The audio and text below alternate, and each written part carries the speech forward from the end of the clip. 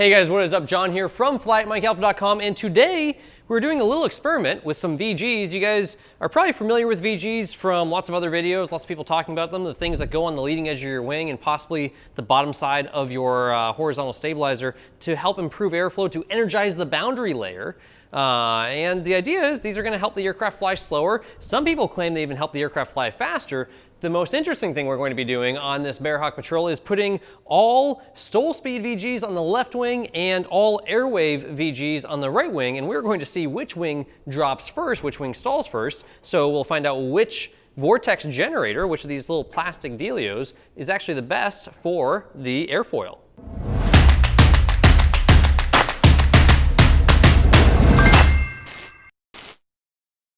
So these things go on pretty easy. First, we laid out some blue painter's tape, just kind of measuring how far back we wanted them on the wing. We went with a little bit further forward spacing than normal. They recommend anywhere between 8 and 12% of the chord line. So if you have about a 66-inch chord, like on this airplane, putting them about 8% of that back from the leading edge. We ended up with them about 4.5 inches back from the leading edge, a little bit farther forward than recommended, not by much, just a smidge farther forward. So from the leading edge of the wing to the leading edge of the VG, about 4.5 inches. We did 60mm spacing out at the wing tips for a few feet, and then spread it out to 90mm spacing, which was what was recommended in the Stol Speed VG instructions. We did the exact same thing with the Airwave VGs out there on the right wing, just to try to keep it equal. And why we put things farther forward is looking at all these aircraft here at Valdez that we had recorded last year, we can see that all the VGs on all these Stol competition airplanes are pretty far forward. The general consensus about VGs is the further forward you put them on the wing, the further forward towards the leading edge, then it's going to help more and more at the low end, but it's going to kill your top speed. And we're like, hey, we don't care if we lose top speed. We want that low end performance. We want to be able to land short and take off real short, right? That's what we're trying to achieve with our Bearhawk Patrol. So we can see CC's here pretty far forward. He had a great showing last year at Valdez. We're like, okay, cool. We'll just kind of mimic that and put the VGs pretty far forward. Now, before we put the VGs on, we took the airplane up here, used about 13 inches manifold pressure here at 3,000 feet, pointed the nose into the wind, and then again flipped 180 and flew with a tailwind. Let the airplane stall and looked at the ground speed at stall because our airspeed's not super accurate here. You can even see how the analog and the digital display don't really agree. We saw about a 22 mile per hour ground speed going into the wind when the nose dropped, when the wing finally let go. And then we flipped to 180, same thing, about 13 inches of manifold pressure or so, right around 3,000 feet. With that tailwind, we were seeing the nose drop right around 61 miles per hour ground speed, 62. So we added two together. We divide by 2, and we come up with an average about 41.5 miles per hour for a ground speed, stall speed for the aircraft, which should be about our true airspeed here at 3,000 feet with 13 inches manifold pressure. Just a little bit of power in there, about the same amount of power you'd have in probably as you're gliding in towards the line there in Valdez, trying to carry in a little bit of power, putting a little bit of weight on that prop. We did the same thing for a fast flight, 24 squared now, so our 24 squared burning about 11 gallons an hour, just under that. And we were seeing up in the 120s, and then that was with the headwind. We flipped a 180. And in the opposite direction here, we were seeing right around 152, 153 miles per hour. So we went ahead and added those two numbers up and came up with about 141 mile per hour average at 24 squared. So 24 inches manifold pressure, 2,400 RPM, just under 11 gallons per hour fuel burn there at 3,000 feet. Pretty darn good for an airplane that takes off in less than 200 feet here, guys. So you take off in less than 200 feet ground roll, and you're doing 141 miles per hour and less than 11 gallons per hour. Pretty happy with that. So I won't bore you with the exact same testing that we did after we put the VGs on, but same exact thing, right? We did the slow flight testing, 2 directions, just found where the wind's coming from, pointed the airplane into the wind, and then made sure we got the wind right on the tail. So we did our slow flight testing with flaps 40 at 13 inches manifold pressure, 3,000 feet, just like we had done before. We did the fast flight testing, 24 squared flaps up 3,000 feet. And the final results are... Okay, so VG update. Yeah, we have our Airwave VGs on this wing. We have the Stol Speed on the other wing there. So vortex generators, the whole idea here is that air is going to flow over the wing and get energized. It's actually going to stick to the wing better, so it's not going to separate towards the end. It's going to help us fly at a higher angle of attack, give us a little more lift at those high angles of attack. It's supposed to drastically lower our stall speed, or, well, not drastically, but we would expect like a 10% reduction in stall speed, hopefully, at least 5 or 10%. So 10% for us would be about 4 miles per hour. What did we really see? Well, we saw about like a 1 to 2 mile per hour reduction in stall speed. We saw a 5 mile per hour reduction in cruise speed, or top end speed at 24 squared. So yeah, not super impressed right now. Now, other guys have had way better results with these things, especially the STOLspeed brand. The Airwave vortex generators there, we're trying to compare them. Why don't we put, some on one wing and some on the other? Why don't we put Airwaves over on the right wing and STOLspeed on the left?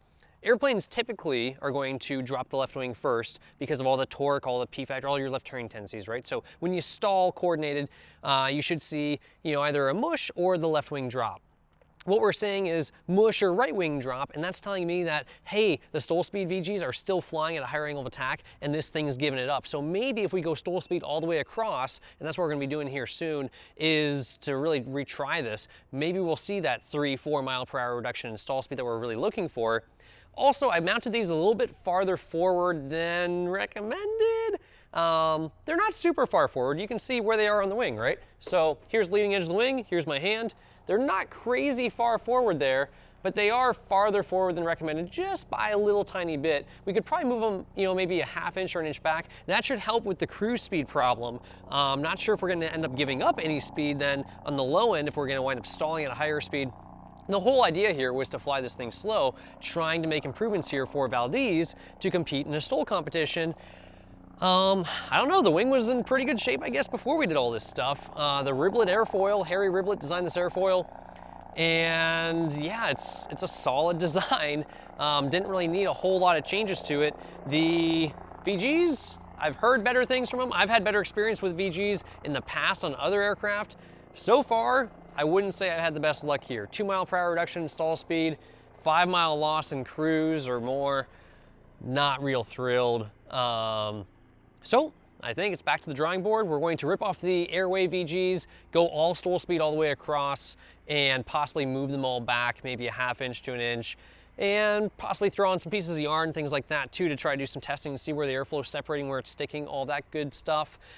We follow the directions in every other way as far as how many to put and where. We put a lot more towards the wing tips, trying to make sure that they would continue flying and the wing root would stall first. So we have spacing of about, I don't know, a hand width on the wing root, a lot tighter spacing out here on the wing tips.